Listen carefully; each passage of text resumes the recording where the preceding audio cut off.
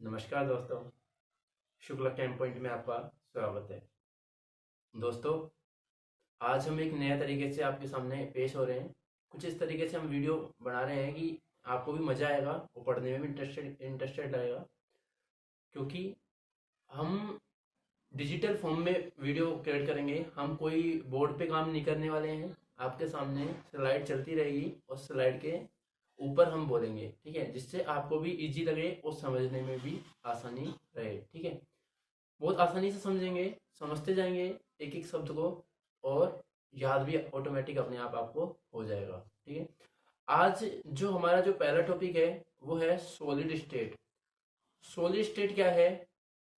Solid state कुछ नहीं। Solid से पहले हमें ये ध्यान रखना पड़ेगा कि सॉलिड होता क्या है। ठीक है, तो इसके लिए हमारा सबसे पहले कुछ कंटेंट्स हैं जिन्हें हमें पढ़ेंगे, कंटेंट्स देखेंगे।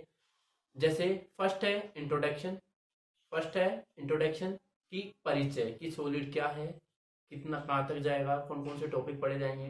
तो मतलब सामान्य सा परिचय, कि सॉलिड कहाँ से मिला है, इसका ये फेज जो बनी है वो किससे बनी है, इसके बारे में थोड़ा इंट्रोडक्शन पढ़ेंगे। सेकंड है टाइप्स ऑफ सॉलिड, कि सॉलिड कितने प्रकार के हैं, किस बेसिस के अकॉर्डिंग आप टाइप्स को डिवाइड किया है, कि आपने पार्टिकल्स के अकॉर्डिंग किया है या फिर इंटर अट्रैक्टिंग फोर्स के अकॉर्डिंग किया है। तो मतलब इस बेसिस के आधार पर भी हम टाइप्स ऑफ सॉलिड पढ़ेंगे। तीसरा जो है क्रिस्टल स्ट्रक्चर।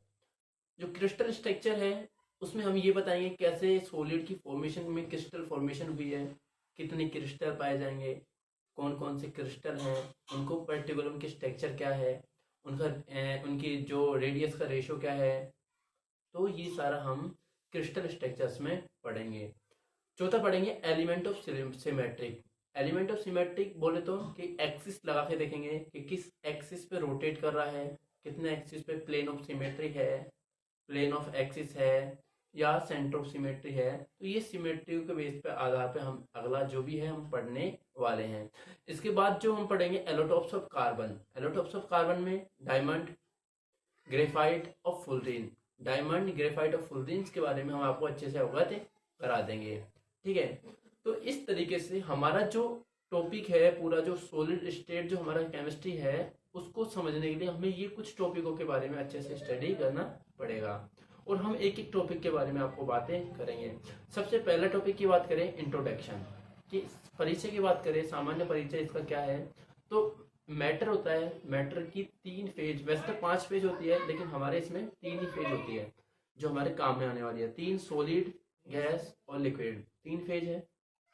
तो इंट्रोडक्शन में हम देखते हैं कि मैटर क्या होता है। मैटर वो होता है कि जो भी नेचर में सराउंडिंग ऑक्यूपाई करता हो और जिसका कोई वेट होता हो, उसे बोलते हैं मैटर। और मैटर की 3 फेज पढ़ने वाले हैं। फर्स्ट फेज गैस मॉलिक्यूल, जो आपको दिखाया गया है पीछे। गैस का एक सराउंडिंग आपको जो गोला दिखाया गया है, तो गोला आपको ये बता रहा है कि समझे एक बार कि जो गैस के पार्टिकल्स होते हैं वो क्या, उनके बीच में इंटरमोलिकुलर फोर्स बहुत लो पाया जाता है। और जब भी कोई पार्टिकल्स के बीच में इंटरमोलिकुलर फोर्स लो पाया जाएगा, तो इसका मतलब है उनके जो पार्टिकल्स है एक दूसरे से इजीली मूव कर सकते हैं। और जब मूव कर सकते हैं तो इसका मतलब हुआ कि वो आसानी से एक दूसरे से पूरा सराउंडिंग एरिया है उसको ऑक्यूपाई कर लेंगे। तो इसका मतलब आपको जो गोला दिखाया गया है वो गैस का था। सेकंड जो आपको दिखाया गया है वो है लिक्विड का। जो रेड कलर का दिखाया गया है, इसमें जो पार्टिकल्स दिए गए हैं वो लिक्विड का है। और लिक्विड कुछ इस तरीके से, देखो आप स्ट्रक्चर देखेगा कि लिक्विड में गैस की तुलना में आपको कुछ पार्टिकल्स दिखाए गए हैं, और वो ये दिखाए गए हैं कि उसमें अवयवी कण पास पास है। अवयवी कण पास पास है किसके कंपेयर में? गैस के कंपेयर में। गैस के कंपेयर में अवयवी कण पास पास हैं। तो इसका मतलब है कि इंटरमोलिकुलर अट्रैक्टिंग फोर्स की बात करें तो गैस के कंपेयर में सॉलिड और लिक्विड में मैक्सिमम पाया जाएगा एज ए कंपेयर सॉलिड।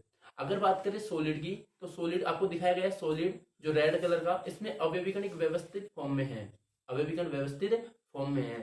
तो इसका मतलब ये समझे कि गैस के कंपेयर में आप देखें, गैस के कंपेयर में और लिक्विड के कंपेयर में सॉलिड के पार्टिकल्स बहुत ज्यादा नियरली है। दैट मीन्स ये है कि इनके बीच में इंटरमोलिकुलर फोर्स मैक्सिमम पाया गया है। और इंटरमोलिकुलर फोर्स मैक्सिमम पाए जाने का मतलब ये है कि अब की पार्टिकल्स अब इंटरमोलिकुलर फोर्स पाए जाने का मतलब है पार्टिकल्स इजीली एक दूसरे से अटैच है, और इसका मतलब हुआ कि सॉलिड एक परफेक्ट ज्योमेट्री पाई जाएगी क्योंकि इनके बीच में मैक्सिमम इंटरमोलिकुलर फोर्स पाया जाएगा। जहां तक हमने पढ़ा इसके 3 स्टेट कि भाई सॉलिड पढ़ लिया, गैस पढ़ लिया और लिक्विड पढ़ लिया। इसके बाद हमारा चैप्टर स्टार्ट करते हैं हम। इस चैप्टर में व्हाट इज सॉलिड, सॉलिड क्या है, सॉलिड क्या है। सॉलिड की बात करते हैं तो सॉलिड के बारे में तो हम पढ़ चुके हैं इस हिसाब से, तो अब हम उसके कैरेक्टर्स पे जाते हैं कि सॉलिड को किस आधार पे हम डिफाइन कर सकते हैं कि ये सॉलिड है। हमने जैसे बोला कि गैस के बीच में इंटरमोलिकुलर फोर्स कम है, तो इसी बेसिस के आधार पर हमारा चैप्टर हम स्टार्ट करते हैं कि सॉलिड क्या है, व्हाट इज सॉलिड, सॉलिड क्या है। तो इसका मतलब अगर बात करें तो फर्स्ट पॉइंट आता है डेफिनेट शेप। मतलब ये हुआ डेफिनेट शेप का मतलब हुआ उसके निश्चित आकार है। मतलब क्यों है आकार, क्योंकि उनके अवयवी कण है या उनके पार्टिकल्स है, उनके बीच में मैक्सिमम इंटरमोलिकुलर फोर्स है, और मैक्सिमम इंटरमोलिकुलर फोर्स है तो अवयवी कण एक दूसरे के पास पास व्यवस्थित है, इसकी वजह से उनकी शेप डेफिनेट शेप पाई जाएगी। सेकेंड पॉइंट दिया गया है डेफिनेट वॉल्यूम। क्या दिया गया है, डेफिनेट वॉल्यूम। इसका मतलब ये हुआ वही बात है, डेफिनेट शेप है तो डेफिनेट वॉल्यूम भी सॉलिड की पाई जाएगी।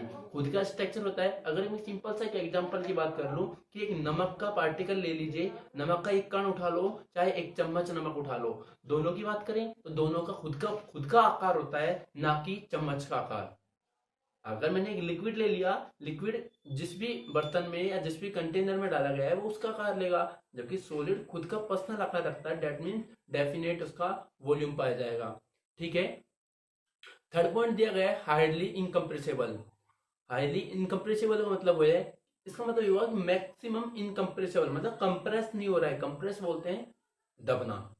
अगर हम बोलते हैं गैसेज है, गैसेज को कंप्रेस हम बोलते हैं ना सीएनजी, एलपीजी, तो इसके आधार पर क्यों, क्योंकि कंप्रेस किया गया है और उनको एक जगह कंटेनर में डाल दिया गया है। जबकि सॉलिड कंप्रेस नहीं होता क्योंकि उसके पार्टिकल्स के बीच में वेकेंट स्पेस होता ही नहीं है।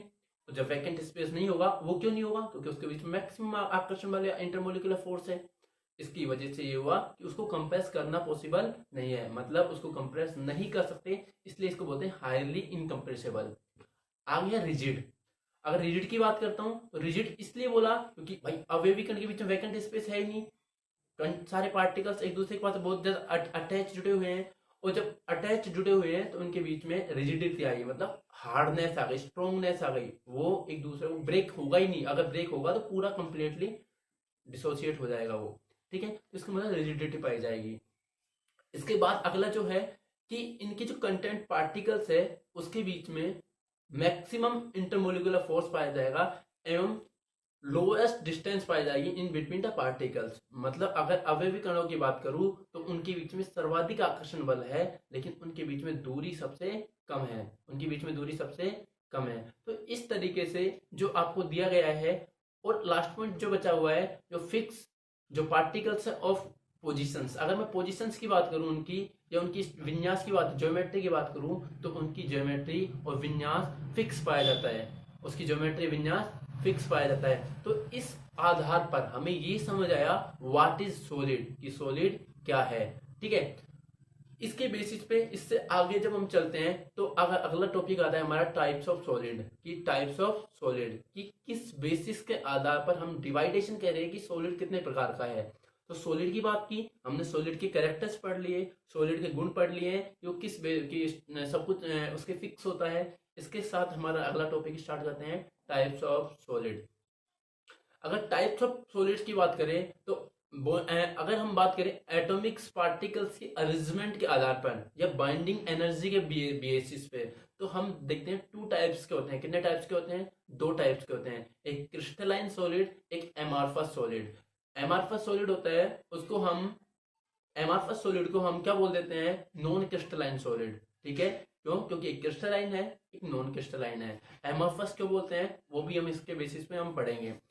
तो इस बेसिस ऑफ बॉन्डिंग एनर्जी के बिहेव पर या पार्टिकल्स की अरेंजमेंट के आधार पर हम इसको पढ़ते हैं 2 प्रकार के। पहला है, अब स्टार्ट करते हैं क्रिस्टलाइन सॉलिड।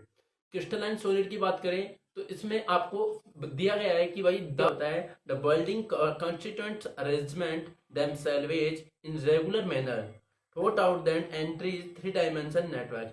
मतलब ये होता है कि सीधा सा आपको जो दिया गया है इस लाइन के अकॉर्डिंग ये समझे हम कि जो पार्टिकल्स होते हैं उनके 3 डायमेंशन स्ट्रक्चर फॉर्मेशन होती है, और 3 डायमेंशन होने की वजह से एक फिक्स अरेंजमेंट पाया जाएगा किसमें, क्रिस्टलाइन सॉलिड में, ना कि in regular, that means regular arrangement पाया जाएगा। जैसे मैंने एक एग्जांपल की बात कर लूं, NaCl, NaCl की एग्जांपल की स्ट्रक्चर देखते हैं तो आपको पता है NaCl दिखाया गया है आपको, और NaCl की फॉर्म में हम देखते हैं तो पार्टिकल्स एक दूसरे से जुड़े होते हैं, सोडियम क्लोरीन के साथ जुड़ा हुआ है और एक फिक्स अरेंजमेंट में जुड़ा होता है, ना कि इन रेगुलरली जुड़ा होता है।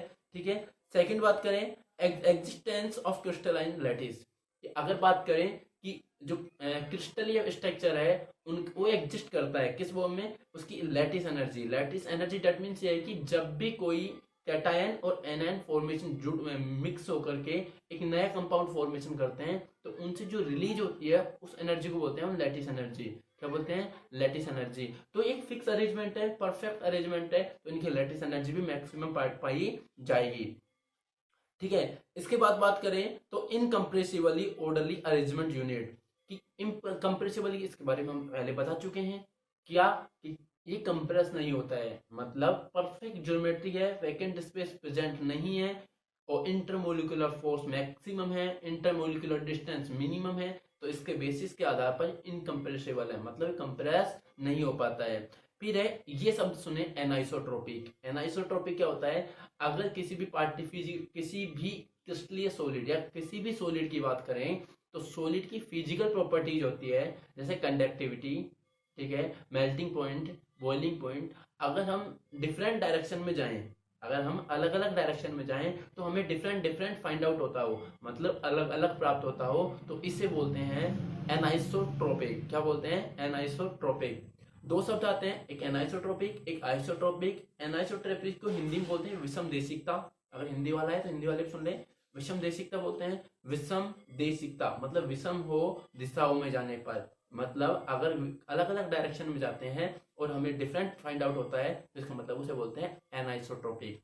ठीक है दोस्तों, इसके बाद दे रहा है डेफिनेट ज्योमेट्री कि क्रिस्टलाइन सॉलिड की, इसके बारे में हम बता चुके हैं, फिर दोबारा सुन ले। डेफिनेट ज्योमेट्री का मतलब होता है फिक्स आकृति है उनकी, मतलब कहीं चेंज नहीं होगा, क्योंकि उनके बीच में स्पेस है ही नहीं, चेंज होने की जरूरत ही नहीं है। अगर गैस की बात करूं तो चेंज हो सकती है, लिक्विड की बात करूं गैस चेंज हो सकती है, लेकिन ज्योमेट्री अगर बात करें तो परफेक्ट अरेंजमेंट होने की वजह से उनकी डेफिनेट ज्योमेट्री प्रेजेंट होगी। ठीक है, इसके बाद कुछ गिव एक्स डिफेक्शन बैंड्स। तो ये सारा जो स्ट्रक्चर है, जितने भी सॉलिड की स्ट्रक्चर्स पढ़ते हैं वो एक्सरे डिफ्रैक्शंस के अकॉर्डिंग बेसिस पे पढ़ते हैं कि उनकी स्ट्रक्चर कितने एंगल पे, कितने डिग्री पे मूव कर रही है एक्सरे रेज को, तो इसके बेसिस पे हम स्ट्रक्चर का फॉर्मेशन करते हैं। कुछ एग्जांपल दिए गए हैं, एग्जांपल है NaCl, CaCl और भी बहुत सारे ZnS etc होते हैं। मतलब हम एग्जांपल्स की बात करें तो NaCl, CaCl कुछ ऐसे एग्जांपल्स ले सकते हैं हम। ठीक है, तो मैं उम्मीद करता हूँ आपको क्रिस्टलाइन सॉलिड समझ आया होगा। एक बार फिर बोल देता हूँ, डेफिनेट मेल्टिंग पॉइंट होता है, मतलब हाँ इसके बारे में थोड़ा सा बता देता हूँ कि मेल्टिंग पॉइंट की बात की है तो हम इस तरीके से समझ सकते हैं कि किसी भी पार्टिकल्स को डिसोसिएट करना या मेल्ट करना, एक एक पॉइंट आता है जिसमें मेल्ट किया जाता है, उसे बोलते हैं मेल्टिंग पॉइंट। क्या बोलते हैं, मेल्टिंग पॉइंट। ठीक है, तो हम एक चीज समझे, मैं एक एग्जांपल, सिंपल सा एग्जांपल सबने आप सबको पता होगा लेकिन फिर भी ले लेते हैं कि एक बॉइल में, एक कटोरी में हमने क्या लिया, कुछ नमक ले लिया, हमने उसको उसको बॉईल करना स्टार्ट किया, मेल्ट करना चाहिए हमें, मेल्टिंग पॉइंट चेक करना है तो करना पड़ेगा।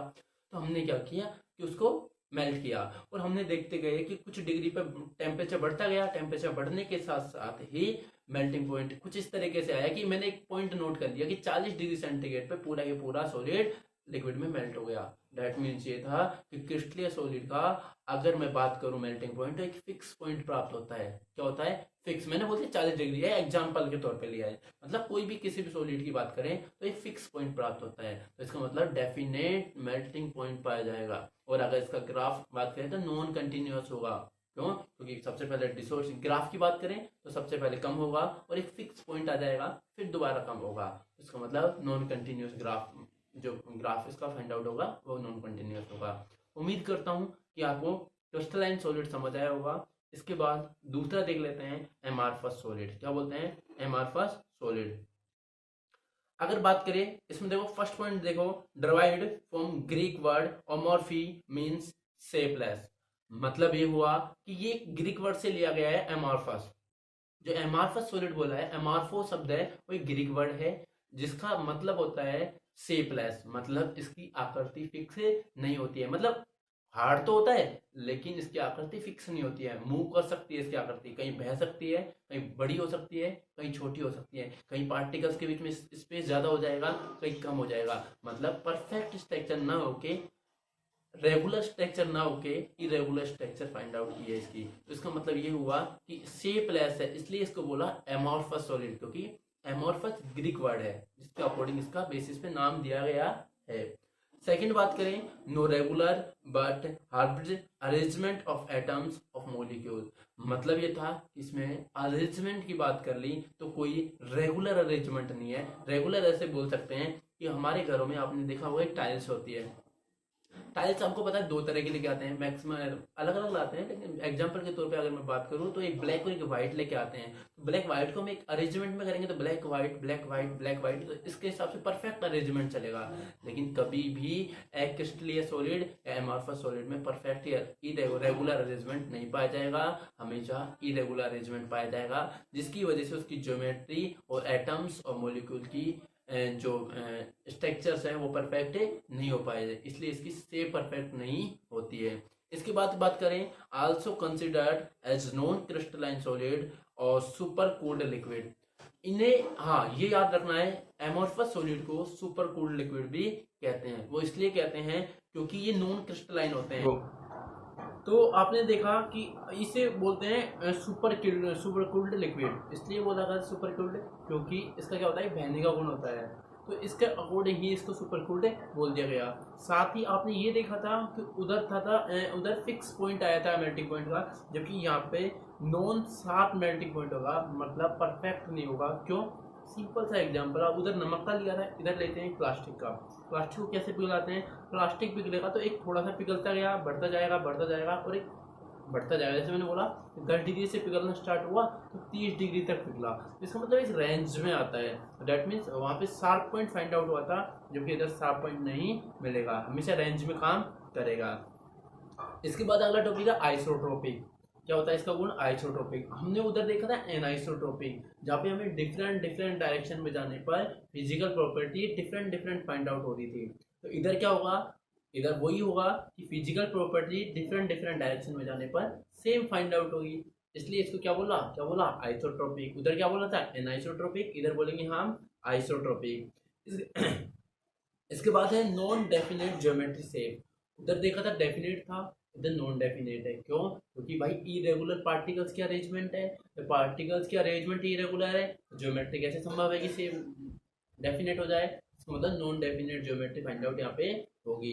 इसके बाद do not give X-ray diffraction bands. याद रखें, हमें सॉलिड की स्ट्रक्चर्स को अगर बात करें तो क्रिस्टलाइन सॉलिड की एक्स-रे बैंड के अकॉर्डिंग समझ सकते हैं हम, डिफ्रैक्शंस ऑफ एक्स-रे बैंड, क्योंकि यहाँ पे एक्स-रे बैंड फाइंड आउट नहीं होगा। इसलिए नहीं होगा क्योंकि पार्टिकल्स की अरेंजमेंट अलग अलग होती है और एक व्यवस्थित फॉर्म में ना होने की वजह से यहाँ पे डिफ्रैक्शन पैटर्न फाइंड आउट नहीं पाता है।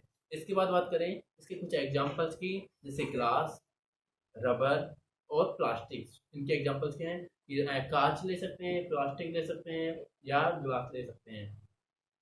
तो इसके आधार पर हमने क्या, बॉन्डिंग एनर्जी के आधार पर हमने दो प्रकार के सॉलिड पढ़े हैं, एक क्रिस्टलाइन सॉलिड और एक एमॉर्फस सॉलिड। एमॉर्फस सॉलिड को सुपर कूल्ड भी बोल देते हैं या नॉन क्रिस्टलाइन सॉलिड भी बोल देते हैं। तो यहाँ तक हमने आज पढ़ा। इसके बाद जो है वीडियो अगर अच्छी लगे तो शेयर करें, लाइक करें और सब्सक्राइब करें और कमेंट कर दें अगर कोई भी